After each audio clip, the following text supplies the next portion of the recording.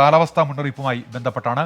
July, അതായത് ഈ മാസത്തിൽ സംസ്ഥാനത്ത് സാധാരണയേക്കാൾ കൂടുതൽ മഴ ലഭിക്കാൻ സാധ്യത എന്നാണ് ഇപ്പോൾ കാലാവസ്ഥാ നിരീക്ഷണ കേന്ദ്രം അറിയിക്കുന്നത്. പസഫിക് സമുദ്രത്തിൽ എൽ നിനോ പ്രതിഭാസത്തിന് സാധ്യതയുണ്ട് എന്നുകൂടി ഇപ്പോൾ കാലാവസ്ഥാ നിരീക്ഷണ കേന്ദ്രം അറിയിക്കുന്നുണ്ട്. അലക്സ് മുഹമ്മദ് വിവരങ്ങളുമായി തിരുവനന്തപുരത്ത് നിന്ന് ചേരുന്നുണ്ട്. അലക്സ്, എന്താണിപ്പോൾ കാലാവസ്ഥാ നിരീക്ഷണ കേന്ദ്രം നൽകുന്ന വിവരങ്ങൾ?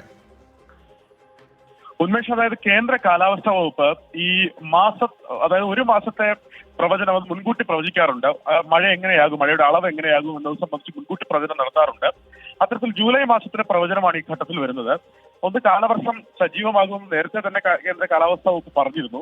ജൂലൈ മാസത്തിൽ സാധാരണയിൽ കൂടുതൽ മഴ, അത് കേന്ദ്ര കാലാവസ്ഥാ വകുപ്പിന്റെ ഏറ്റവും ഒടുവിലത്തെ പ്രവചന പ്രകാരം കേരളത്തിൽ സാധാരണ ജൂലൈ മാസത്തിൽ ലഭിക്കുന്നത്, അതായത് ഈ കാലയളവിൽ ലഭിക്കുന്ന മഴയേക്കാൾ കൂടുതൽ ലഭിക്കാൻ സാധ്യതയുണ്ടെന്നാണ് പ്രവചനത്തിലുള്ളത്. രാജ്യത്ത് പൊതുവെയും സാധാരണയിൽ കൂടുതൽ മഴയ്ക്കായിരിക്കും സാധ്യത എന്ന് കേന്ദ്ര കാലാവസ്ഥാ വകുപ്പ് പ്രവചിക്കുന്നുണ്ട്. ഈ കേന്ദ്ര കാലാവസ്ഥാ വകുപ്പ് ഉൾപ്പെടെയുള്ള അന്താരാഷ്ട്ര ഏജൻസികൾ ജൂൺ മാസത്തിൽ സാധാരണയിൽ കൂടുതൽ മഴ പ്രവചിച്ചിരുന്നെങ്കിലും ജൂൺ മാസത്തിൽ കേരളത്തിൽ 25% മഴ കുറവായിരുന്നു ലഭിച്ചത്.